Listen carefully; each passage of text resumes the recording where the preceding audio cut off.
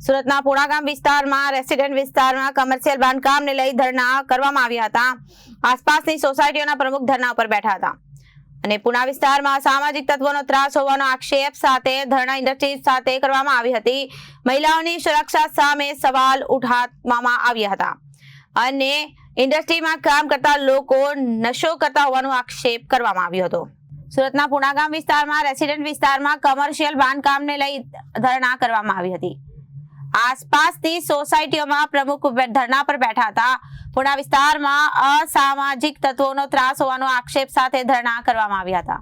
Industries ઇલાકામાં વિસ્તારમાં મહિલાઓની સુરક્ષા સામે સવાલ કરવામાં આવ્યો હતો અને ઇન્ડસ્ટ્રીમાં કામ કરતા લોકો નશો કરતા હોવાનો આક્ષેપ મેયર દ્વારા કરવામાં આવ્યા હતા અને આદેશ આપવામાં આવ્યો હતો। અનેક રજૂઆતો કરવા છતાં કોઈ નિરાકરણ નહીં આવતા અંતે ધરણા કરી વિરોધ કરવામાં આવ્યો હતો।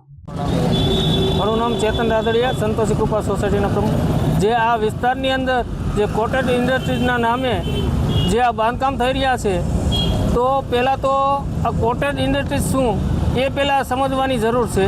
કારણ કે કોટેજના નામે અત્યારે મશીનરી બધું તો એ અહીંયા ચાલે છે। તો કારણ કે સૌ પ્રથમ વાત કરીએ તો કારણ કે અહીંયા રાતના અને ધંધા ચાલતા હોય છે, અહીંયા બાજુમાં સ્કૂલો છે, તો બાળકો અને મહિલાઓ અહીંથી અવારનવાર નીકળતા હોય છે, તો ત્યારે અહીંયા ગેર પ્રવૃત્તિઓ પણ એટલી થતી હોય છે। કારણ કે ખાતાની અંદર રાતે પહેલાં કારીગરોને બધા હોય છે, દારૂ પીને નશામાં ધૂત હોય અને ગમે તે વસ્તુ કરે। હજી આપણે જોઈએ કે લસકાણાની અંદર કાલે તે જે બનાવ બન્યો એવા બનાવ ન બને એના માટેનો આ અમારો ધરણાનો કાર્યક્રમ છે। મારું નામ સુરેશભાઈ સુહાગિયા, પ્રમુખ શાંતિ નિકેતન સોસાયટી પુણાગામ। આજરોજ અહીંયા પુણાગામ તળાવ ખાતે અમારો જે ગેરકાયદેસર બાંધકામો થઈ રહ્યા છે, ઇન્ડસ્ટ્રીયલ બાંધકામો થઈ રહ્યા છે, એ હટાવો અને પુણા બચાવોની માંગ સાથેનો આ ધરણા પ્રદર્શનનો કાર્યક્રમ રાખવામાં આવેલો છે। કારણ કે આ વિસ્તારની અંદર જે પ્રમાણે ગેરકાયદેસર રીતે ઇન્ડસ્ટ્રીયલ બાંધકામો થઈ રહ્યા છે, તેના કારણે આ સમાજની વ્યવસ્થા ખોરવાઈ રહી છે, અસામાજિક તત્વોનો ત્રાસ વધી રહ્યો છે, ડ્રગ્સ દારૂ જેવા દૂષણો વધી રહ્યા છે, તેમજ સૌથી મોટો ટ્રાફિકનો જે મોટો મુદ્દો છે, ટ્રાફિક વધી રહી છે। કેમ કે આડેધડ બેફામ રીતે વાહનો અંકારવામાં આવી રહ્યા છે અને રોડ ઉપર પાર્કિંગ કરવામાં આવી રહ્યા છે, તેના કારણે લોકોને આ વિસ્તારના લોકોને ખૂબ મોટો ત્રાસ ભોગવવો પડી રહ્યો છે। આ જે ગેરકાયદેસર બાંધકામો છે એની તંત્રને નીચેથી લઈને ઉપર સુધી તમામ જગ્યાએ રજૂઆતો કરવા છતાં પણ કોઈ કાર્યવાહી કરવામાં નથી આવતી।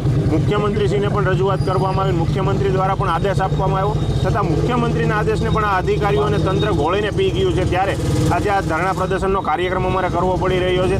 કારણ કે આજે આ ભ્રષ્ટાચારની જે સરકાર ચાલી રહી છે તેની અંદર અધિકારીઓ પણ નેતાઓના નેતા બનીને બેઠા હોય એવું લાગી રહ્યું છે। કારણ કે આ ઉપરના લેવલથી જો આદેશ આપવામાં આવતો હોય છતાં પણ જો આ તંત્ર દ્વારા કોઈ કાર્યવાહી કરવામાં ન આવતી હોય તો આપણને ખબર પડી છે કે આની અંદર કેટલો ભ્રષ્ટાચાર અને માંજા મૂકી છે। એટલે આ તમામ વસ્તુઓની માંગને લઈને આજ રોજ અમારો આ ધરણા પ્રદર્શનનો કાર્યક્રમ છે કે આ જેટલા પણ 2022 પછી બાંધકામો મંજૂર કરવામાં આવેલા છે તમામની સ્થળ સ્થિતિ મુજબ વિડીયોગ્રાફી કરવામાં આવે અને એની અંદર જેટલા પણ ગેરકાયદેસર અને પેડ FSI-વાળા બાંધકામો છે એને દૂર કરવામાં આવે। દિનેશભાઈ સાવલિયા। દિનેશભાઈ, ધરણા પ્રદર્શન કરવાનું શું કારણ? આજરોજ અમારા 2 કલાકના પ્રતિક ધરણા હતા। આ ધરણા કરવા માટેની એટલે જરૂર પડી કે પુણા, સારોલી હોય, સણિયા હોય સહિતના વિસ્તારની અંદર જે કોટેજ ઇન્ડસ્ટ્રીના નામે જે ઇન્ડસ્ટ્રીયલે માજા મૂકી છે, ગેરકાયદેસર રીતે પરમિશનની વિરુદ્ધ બાંધકામ કરવામાં આવે છે। આ બાંધકામના લીધે આ વિસ્તારમાં જે લોકો રહે છે અને ખૂબ મોટી હાલાકી તકલીફો પડે છે। ઇન્ડસ્ટ્રીયલ અંદરની જે કચરું નીકળે એ કચરું પણ રસ્તા ઉપર નાખવામાં આવે છે। ત્યાં વાહનોને જે ભારે વાહનોની અવરજવરો એમના કારણે ટ્રાફિકની સમસ્યા પણ ઉદ્ભવી છે। સાથે સાથે આજુબાજુમાં જે સ્કૂલો આવેલી છે એ બાળકોને ભણવામાં પણ તકલીફો થઈ રહી છે। અહીંયા સુરત મહાનગરપાલિકાની સુમન સ્કૂલ બની રહી છે।